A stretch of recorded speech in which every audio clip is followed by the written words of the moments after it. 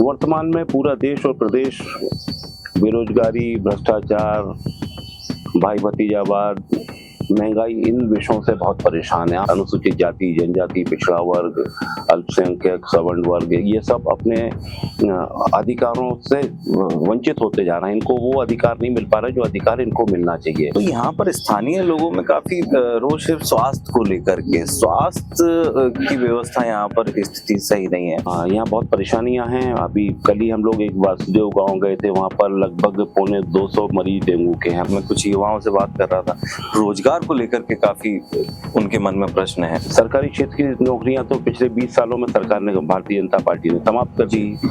सारी नौकरियां वो निजी क्षेत्र में देना चाहते हैं। जो सरकारी सेवाएं हैं उसको भी उन्होंने आउटसोर्सिंग पे दे दी ये सुविधाएं। और मैं तो यहाँ तक कह सकता हूँ कि चाहे केंद्र की सरकार हो चाहे प्रदेश की सरकार हो, मानव संसाधन विभाग फेल हो गया। मतलब उनको पता ही नहीं है कि कितने लोगों को किस लायक तैयार करना चाहिए जी। तो ये तो गंभीर विषय है और बुधनी तो उससे बहुत ही ज्यादा परेशान है। बुधनी में जो उद्योग लगे हैं उसमें स्थानीय लोगों की बहुत दुर्दशा है। कांग्रेस ने, कमलनाथ जी ने गौशालाएं बनाई थी, भारतीय जनता पार्टी तो उनको चला भी नहीं पा रही। ये बड़ा दुर्भाग्य है। तो गौ माता की बात करने वाले लोग गौ माता को सड़कों पे छोड़ रहे हैं। तो मैं तो सिर्फ इतना बात कह सकता हूँ कि ये चुनाव मेरा जो है वो ईश्वर तो जनता मेरा लड़ रही है और क्षेत्र का हर आदमी, मेरे पास तो कुछ नहीं, मैं तो फक्कड़ आदमी हूँ, हर आदमी राजकुमार पटेल बन के लड़ रहा है। जनता पार्टी भूल गई अपने वादे करके। विधानसभा चुनाव में वादे किए थे।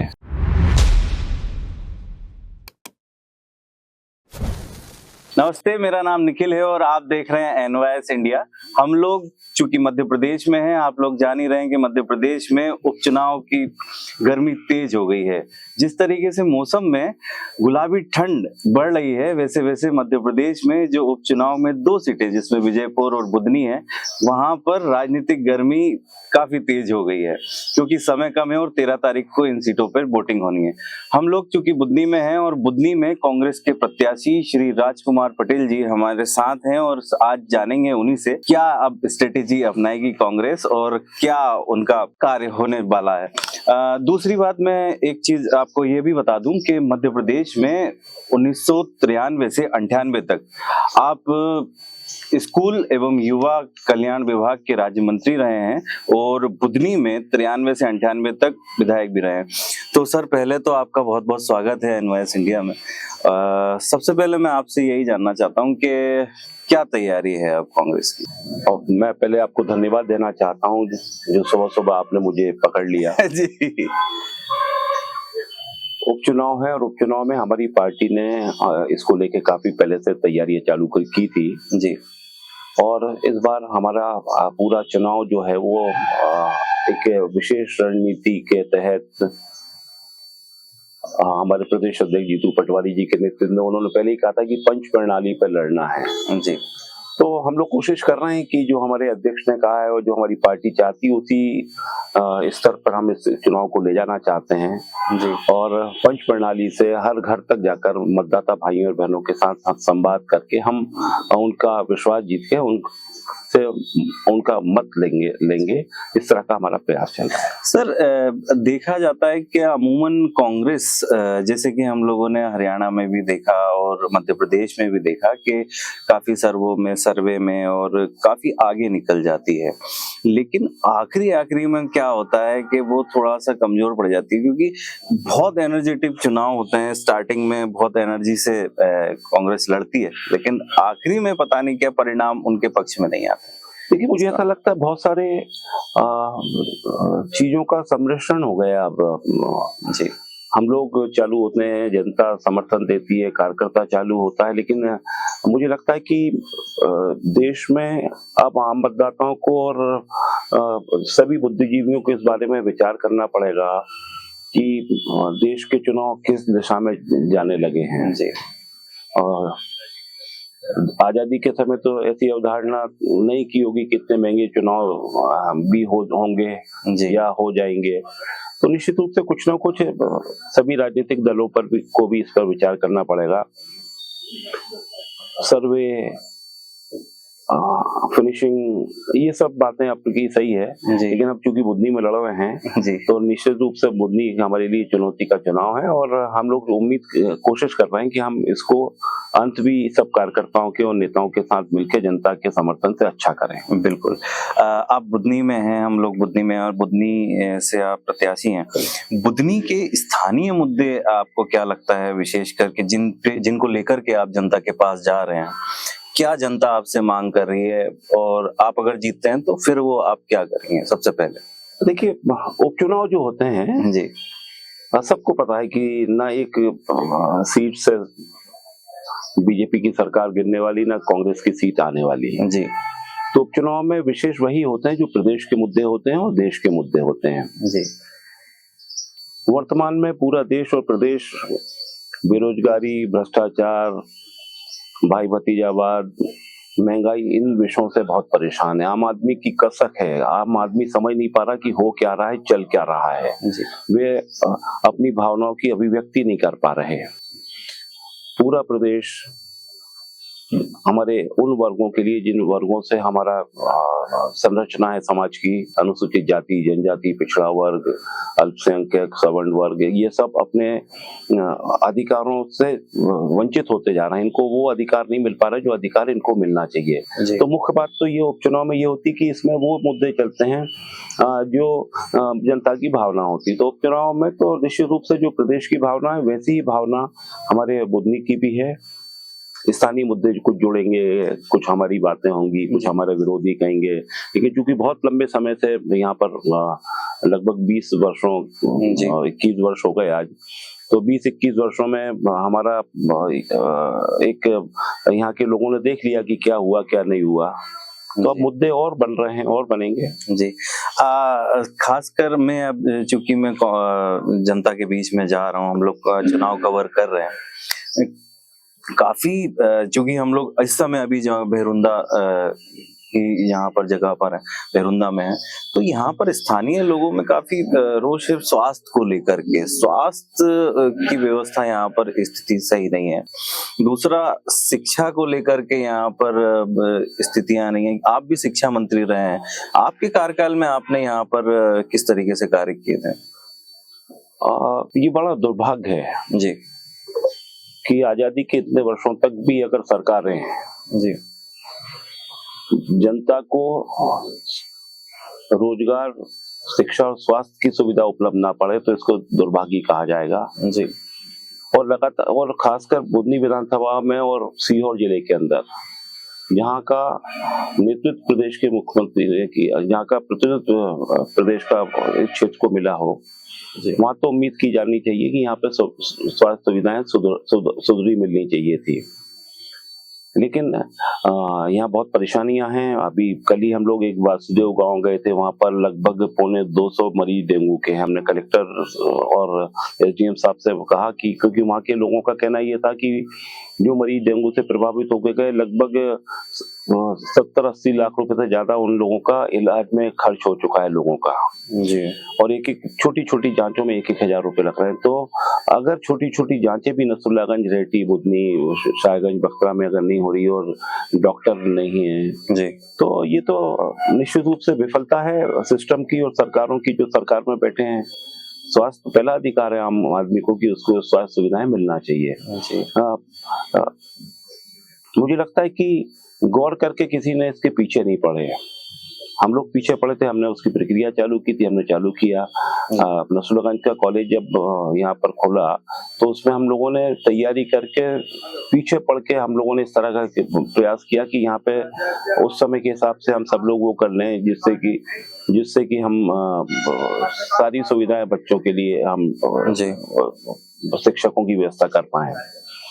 पूरे क्षेत्र में स्कूलों की भी हालत, क्योंकि बहुत पिछड़ा क्षेत्र था तो जगह जगह स्कूल खोले, आगे हमने प्रक्रिया को बढ़ाया जी और बहुत काम इस क्षेत्र में किया, किसानों की बेहतरी के लिए भी उसमें किया। तो ये शनि शनि जैसे जैसा दौर बढ़ता है फिर उस समय की मांगे वैसी होती जाती है। लेकिन वर्तमान में स्कूल बंद किए जा रहे हैं, कॉलेजों में वो सुविधाएं जो मिलना चाहिए वो केवल विज्ञापन और दिखावे तक हो जाती है। होना ये चाहिए कि जो वहाँ पढ़ रहे हैं उनको निश्चित रूप से वो शिक्षा दी जाए और उनको एक अनुशासन में रख के उनको उस लायक तैयार किया जाए। जी। आज कंपटीशन के दौर में अगर हमारे बच्चे पिछड़ जाएंगे तो फिर पढ़ाई का और डिग्रियों को कोई मतलब नहीं रहेगा। जी। जैसा कि आपने पढ़ाई और डिग्रियों की बात करी, मैं क्षेत्र में था और मैं कुछ युवाओं से बात कर रहा था। रोजगार को लेकर के काफी उनके मन में प्रश्न है, क्योंकि यहाँ पर स्थानीय फैक्ट्री जैसे बुधनी है, यहाँ पर पास में यहाँ पर फैक्ट्रियां हैं, वहाँ पे स्थानीय लोगों को रोजगार नहीं मिल पाता है। तो आप इस विषय में क्या कहना चाहते हैं कि कहेंगे? देखिए, इस वर्तमान में तो बुद्धि विधानसभा में दो मुख्य समस्याएं हो गई हैं। जी। हर परिवार ने बच्चों को पढ़ाया, उम्मीद से पढ़ाया कि उनको नौकरियां मिलेगी, निजी क्षेत्र में मिलेगी, सरकारी क्षेत्र में मिलेगी। सरकारी क्षेत्र की नौकरियां तो पिछले 20 सालों में सरकार ने, भारतीय जनता पार्टी ने समाप्त कर दी। सारी नौकरियां वो निजी क्षेत्र में देना चाहते हैं। जो सरकारी सेवाएं हैं उसको भी उन्होंने आउटसोर्सिंग पे दे दी ये सुविधाएं। तो ऐसे में जिन माता पिता ने अपने बच्चों को पढ़ाया, डिग्रियां दिलाई, इंजीनियर डॉक्टर बनाया और तमाम तैयारी करके उस लायक बनाया, तो वो आउटसोर्सिंग वाले तो उनको रखेंगे नहीं। तो आज की तारीख में देखा जाए तो मुख्य रूप से बेरोजगारी का आलम ये है कि हर गांव में अगर हम जाएंगे, आदिवासी ग्राम मथार में भी हम लोग जब गए तो वहाँ भी MBA इंजीनियर, MSc, BSc तमाम ऐसे लड़के मिले और उन्होंने इस बात को कहा कि देखिए क्या हो रहा है, हम लोग इतनी बड़ी डिग्रियां लेकर आए, D.Ed, B.Ed की डिग्रियां उनके पास थी। तो निश्चित रूप से सरकार विफल हो गई है सोचने में। और मैं तो यहाँ तक कह सकता हूँ कि चाहे केंद्र की सरकार हो चाहे प्रदेश की सरकार हो, मानव संसाधन विभाग फेल हो गया। मतलब उनको पता ही नहीं है कि कितने लोगों को किस लायक तैयार करना चाहिए। जी। तो ये तो गंभीर विषय है और बुधनी तो उससे बहुत ही ज्यादा परेशान है।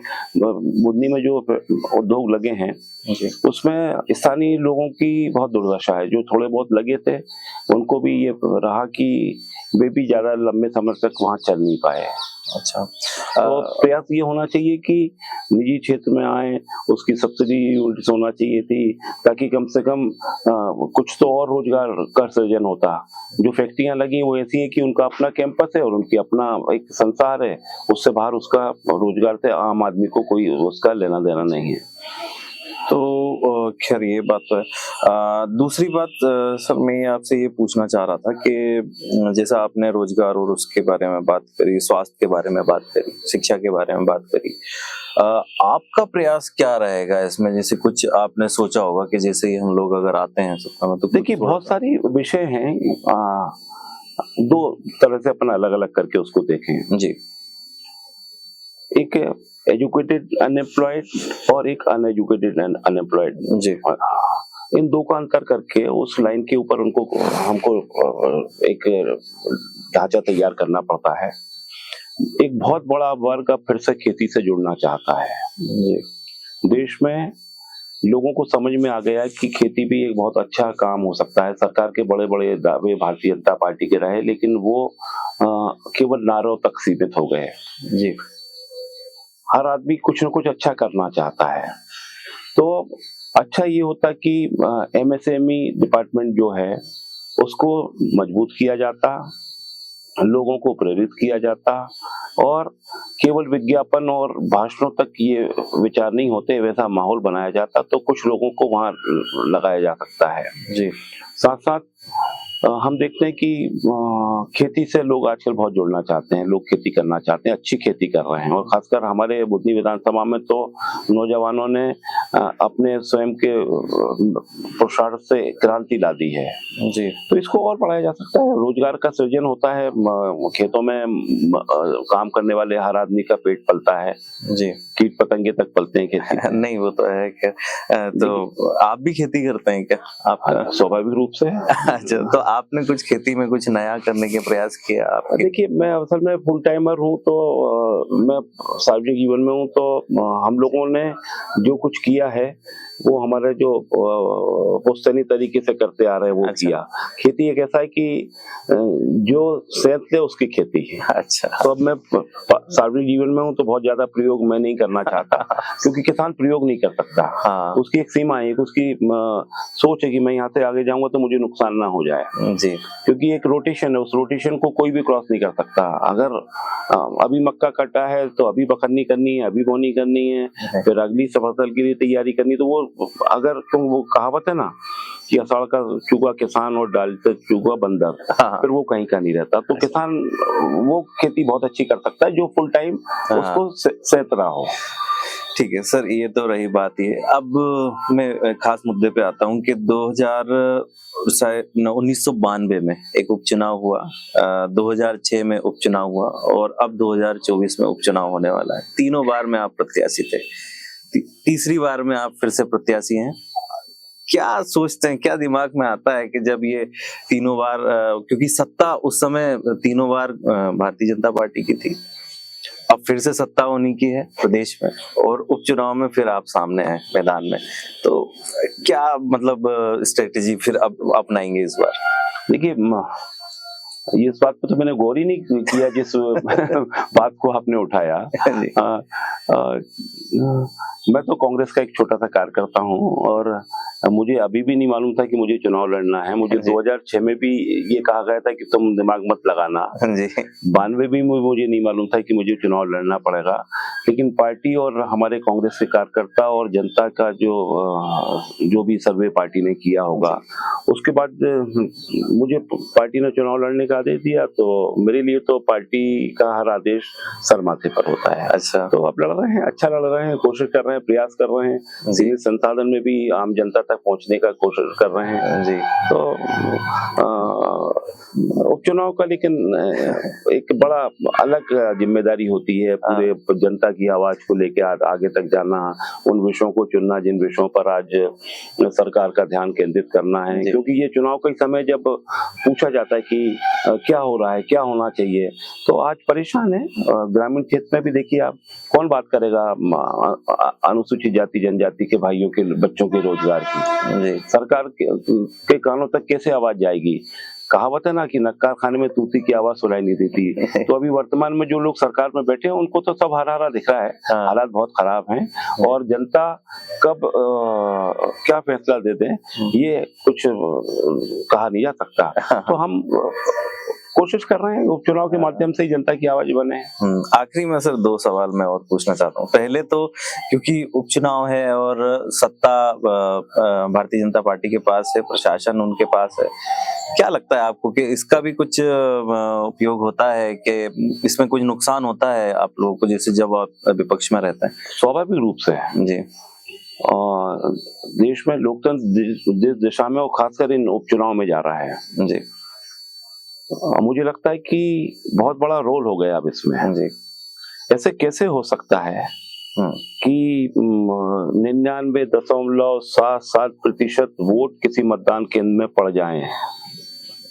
अच्छा, बुद्धि विधानसभा ऐसा विधानसभा की अगर पिछले चुनाव की हम विश्लेषण करेंगे तो कुछ ना कुछ दाल में काला तो है। कैसे? आपने उस पर एनालिसिस किया होगा कुछ? आप देखिए, कई मतदान केंद्र ऐसे हैं जहां पर 90% से ज्यादा वोट हुए हैं जी। हम लोग जब सर्वे करने गए तो मालूम ये चला कि वहां के तो 250 वोट है ही नहीं, उस गांव में रहते नहीं है, फिर कैसे वोट जल जाते हैं? तो ऐसे में चुनाव आयोग की ये जिम्मेदारी बनती है कि इक्वल प्लेइंग फील्ड सबको मिलना चाहिए, प्रशासन को निष्पक्ष होना चाहिए, सरकारी तंत्र का दुरुपयोग ना हो। हमने सुना है और देखा है कि पूरे तंत्र को पिछले दरवाजे से लगा के रखा जाता है। रोटी अगर वो खा रहे हैं तो रोटी हम भी खा रहे हैं, भले हम वो कुछ नहीं कर पा रहे लेकिन समझ तो हमें भी है। पंचायत सचिव, रोजगार सहायक, बहुत सारे सरकारी तंत्र, आशा कार्यकर्ता, ऊषा कार्यकर्ता, आंगनवाड़ियां, इन सबको भारतीय जनता पार्टी ने अपना कार्यकर्ता मान लिया है। तो मेहरबानी करके जो ये वर्ग है, इसकी ड्यूटी सरकारी तंत्र की है। ये भारतीय जनता पार्टी का कार्यकर्ता अगर बनता है तो स्वाभाविक रूप से चुनाव प्रभावित होता है। नहीं। तो ये तंत्र तो कहीं ना कुछ गड़बड़ है। तो खैर सर, दूसरी एक चीज मैं ये और पूछना चाह रहा हूँ कि क्योंकि आखिरी में लास्ट में सवाल पूछना चाह रहा था। 2009 में आपका पर्चा निरस्त हुआ था सर, उसको लेकर के काफी चर्चा है बाजार में, और खास करके भारतीय जनता पार्टी इसको उठाती है, तो कैसे आप इसको काउंटर करेंगे कि देखिए, क्या हुआ था? अगर आपने बुधनी की मेरी आम सभा जिस दिन नामांकन प्रस्तुत हुआ था जी, दुर्भाग्य ये है कि कौआ कान ले गया, कौआ कान ले गया, ये चिल्लाने तो सब लगते हैं जी, वो मेरा सबसे खराब दौर था जी, क्योंकि कलंक तो किसी के सर पे भी कभी भी आ सकता है, भगवान कृष्ण भी कलंक से नहीं बचे हैं। जी। तो वो दौर खत्म हो गया।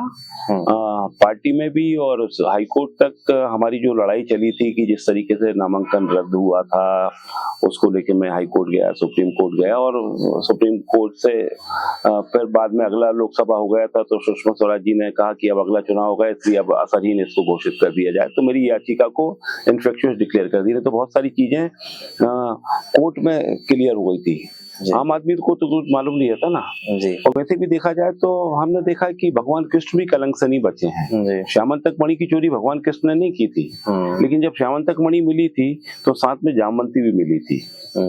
तो ये तो दौर था, हो गया, जो हुआ तो बीत गया। राहुल गांधी ने मुझसे कहा कि राजकुमार क्या हुआ था जी, तो मैंने बताया, तो बोले छोड़िए पुरानी बातों को। तो पुरानी बातों को छोड़ देना चाहिए, उसमें ज्यादा लुतर पुतर नहीं करना चाहिए, क्योंकि अगर गलत करते तो मन में ठेस होती, तो गलत नहीं किया तो इसलिए मन में कुछ नहीं है, सब ठीक है, कलंक लिखा था, हो गया, खत्म हो गया। चलिए ठीक है सर, लास्ट में मेरा एक सवाल, कार्तिकेय सिंह चौहान भरी सभा में बोलते हैं कि अगर थोड़ी सी ऊंच नीच होती है तो यहाँ पर एक ईंट भी नहीं लगेगी। इसको आप इस बयान को किस तरीके से देखते हैं, क्योंकि आपके वरिष्ठ जो पार्टी के पदाधिकारी हैं या दिग्विजय सिंह जी भी उस पर ट्वीट किया था, तो क्या आप सोचते हैं इस बारे में कि अगर आप सत्ता में आते तो यहाँ पर एक ईंट भी नहीं लगेगी? मतलब आप अगर मुझे ऐसा लगता है कि अगर कोई ये सोचता है कि अगर कोई विशेष जगह कोई उनके पसंद का आदमी जीते या उनकी पसंद का आदमी ना जीते तो उसमें विकास की गति को रोक दिया जाएगा, तो ये मुझे लगता है कि ऐसा बोलना लोकतंत्र में बिल्कुल भी ठीक नहीं है, क्योंकि इस देश में ईंटें लगाकर ठोस आधार विकास का कांग्रेस ने दिया है। इस देश में जितनी भी ईंटें लगाई है ना, वो भारतीय जनता पार्टी ने नहीं लगाई है, वो सारी ईंटें कांग्रेस ने लगाई है, देश का आधार बना के कांग्रेस ने दिया है। तो इसलिए ईंटें तो लगती रहेंगी, कांग्रेस लगाती रहेगी, देश चलता रहेगा। जहां तक बुधनी विधानसभा में तो हमको सब जगह ईंटों लगाने का खूब सौभाग्य मिला है। सलकनपुर का मंदिर भी हमारे कार्यकाल में बनके हमने तैयार किया, उसका जीर्णोद्धार कराया, जीर्णोद्धार की सेवाएं मिली थी। तो ये जो विशाल मंदिर आप देखते हैं, वो मंदिर की सेवा कांग्रेस के जमाने में हम लोगों को माता जी ने दी थी। कोरा का बांध यहाँ पर जो बना है वो कांग्रेस की देन है। तो कोई अगर ऐसा कहता है कि ईंटें भी नहीं लगने देंगे, तो मुझे लगता है कि ये इसमें दो कारण हो सकते हैं, एक तो हार का भय भी हो सकता है और दूसरा अहंकार भी हो सकता है। तो कहीं ना कहीं उसमें दोनों भी समाहित हो सकते हैं, तो ऐसा बोलना लोकतंत्र में ठीक नहीं। जी, बहुत बहुत शुक्रिया सर, आपने एक तो इतनी समय हमें सुबह दिया सबसे जल्दी से, और दूसरी बात है कि आप लेट हो रहे हैं क्योंकि अब लोग इंतजार कर रहे हैं आपका। मेरे दो विषय रह गए हैं। जी जी जी, मैं सोच रहा था कि आप मुझसे पूछेंगे किसानों के बारे में, आपने वो मुझसे सवाल नहीं किया। नहीं, मैंने आपसे, चलिए मैं आ जाता हूँ। हाँ।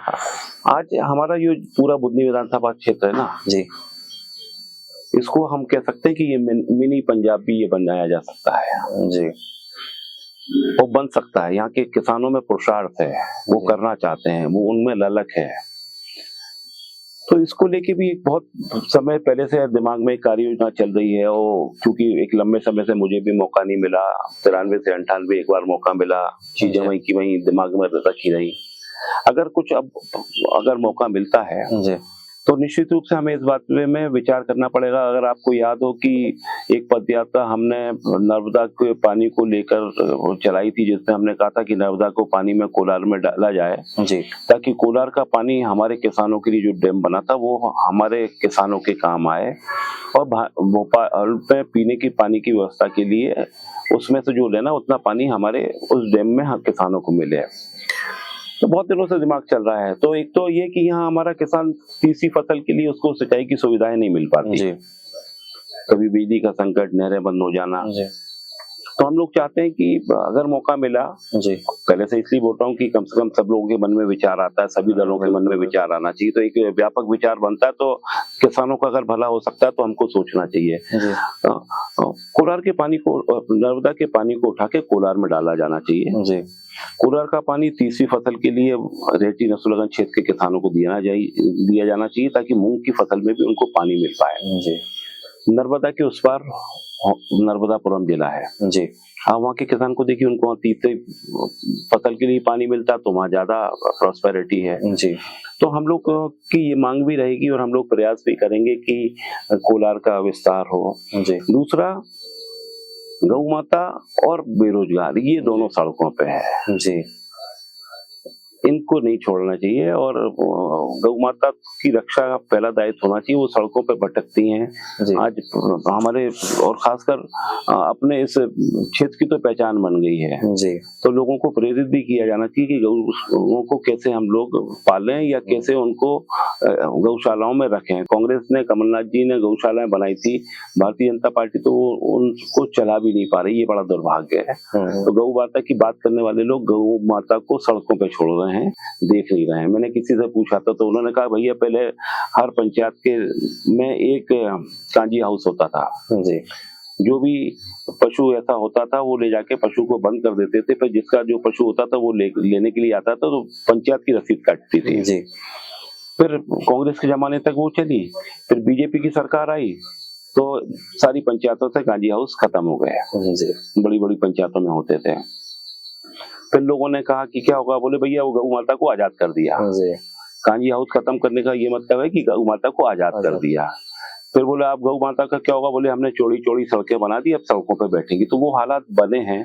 जी, तो निश्चित रूप से सरकारों को और समाज सेवियों को इस बारे में चिंतन करना पड़ेगा, जी, क्योंकि फसल के नुकसान में 24-24 घंटे किसान जाग रहा है। जी, अनेक जगह गए किसान बोलता है भैया रात भर जागना पड़ता है, तो जिस खेत में जानवर चले जाते हैं वो खेत खत्म हो जाता है। तो ये तमाम मुद्दे हैं, आवाज बनेंगे। विपक्ष तो आम आदमी की आवाज होती है ना, जी, विपक्ष का काम ही, विपक्ष का काम है आम जनता को आवाज देना। और जहां तक मेरे चुनाव का सवाल है, तो मैं तो सिर्फ इतना बात कह सकता हूँ कि ये चुनाव मेरा जो है वो ईश्वर तो जनता मेरा लड़ रही है, और क्षेत्र का हर आदमी, मेरे पास तो कुछ नहीं, मैं तो पक्का आदमी हूँ, हर आदमी राजकुमार पटेल बन के लड़ रहा है। तो अच्छा है, लड़ेंगे, जीतेंगे। चलिए, आपने यहाँ तक तो लिया है, लेकिन सर एक और में, रमाकांत भार्गव जी पूर्व सांसद रहे हैं, कैसी चुनौती मानते हैं आप प्रत्याशी के तौर पे आपके सामने? देखिए ऐसा है कि लोकतंत्र में, चुनाव में किसी को भी हम कम नहीं आंक सकते। अनुभवी हैं, वरिष्ठ हैं, सांसद रहे हैं, तो निश्चित रूप से हम तो बहुत गंभीरता से ही लेते हैं। और चुनौती तो है, चुनाव है, पूरी सरकार और पार्टी बीजेपी दोनों लगे हैं जी। ऐसा क्या है कि आज पूरे क्षेत्र में मंत्री और भारतीय जनता पार्टी के विधायक गली गली धक्के खा रहे हैं, कुछ ना कुछ बात तो है ना। आम जनता घुसने नहीं देती गाँव में। जिस गाँव में जाते हैं आदमी पूछता है, माता पकड़ के ले जाती कि ये भैया हम इस पन्नी में कब तक रहेंगे। हाहाकार मचा हुआ ग्रामीण क्षेत्र में जी। इंदिरा आवास, लोग प्रधानमंत्री आवास नहीं मिल रहे, जिनका हक है उनको नहीं मिल रहा है, जो अपात्र है उनको सब मिल रहा है, लाडली बहना परेशान है जी। जनता पार्टी भूल गई अपने वादे करके। विधानसभा चुनाव में वादे किए थे कि किसानों को हम गेहूं 2700 में लेंगे, कहाँ है, ले या क्या? देखा आपने कितना बड़ा रसुल्लागंज में 2 दिन में 2 प्रदर्शन हुए ट्रैक्टर रैली का। तेल का मच गया था पूरी जगह। हरदा का आपने देखा, किसान मांग कर रहा 2700 में गेहूं दें, 3100 में मोटी धान ली जाए, 6000 रुपए के क्विंटल सोयाबीन दी जाए जी। मैं भी मक्का किसानों मक्का से मक्का बात मक्का देखिए ना, जी 1100 से 1500 का भाव चल रहा है, 3000 का वादा था।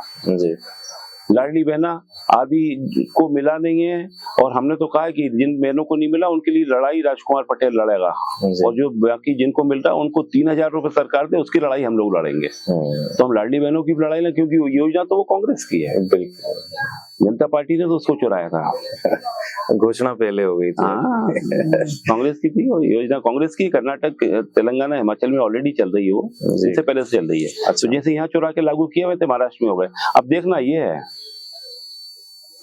क्योंकि पेपर में पढ़ते हैं कि भैया बंद करेंगे, तो बंद होगी तो पूरे प्रदेश में होगी ना जी।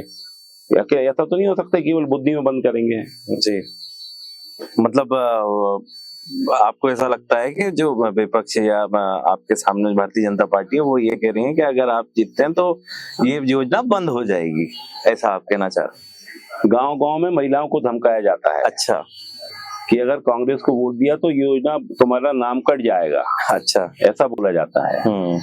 तो जब छोटे आदमी के पास ये मैसेज जाता है कि अगर हमने कांग्रेस को वोट दिया तो हमारा नाम कट जाएगा, जी। तो हमारा कहना ये कि बंद, अगर भारतीय जनता पार्टी इस योजना को करने में करेगी तो पूरे प्रदेश में बंद करेगी, एक क्षेत्र में बंद नहीं कर सकती कि साहब बुन्नी में कांग्रेस को वोट दे दी या सरकार के खिलाफ फैसला चलाएगा तो योजना बंद कर देंगे, नाम काट देंगे। और ऐसे लोग जो हैं वो बिल्कुल भी चिंतित ना करें, उनके नाम कटेंगे नहीं बल्कि जुड़वाने के लिए संघर्ष किया जाएगा, और 3000 रुपए लाडली बहनों को मिले उसके लिए संघर्ष करेंगे। चलिए सर, बहुत बहुत शुक्रिया, आपने समय दिया और इतनी बात करी हमसे, उसके लिए बहुत बहुत धन्यवाद। और आपसे बात करके बहुत बहुत अच्छा बहुत धन्यवाद। सभी मतदाताओं को मेरा प्रणाम। धन्यवाद सर, बहुत बहुत।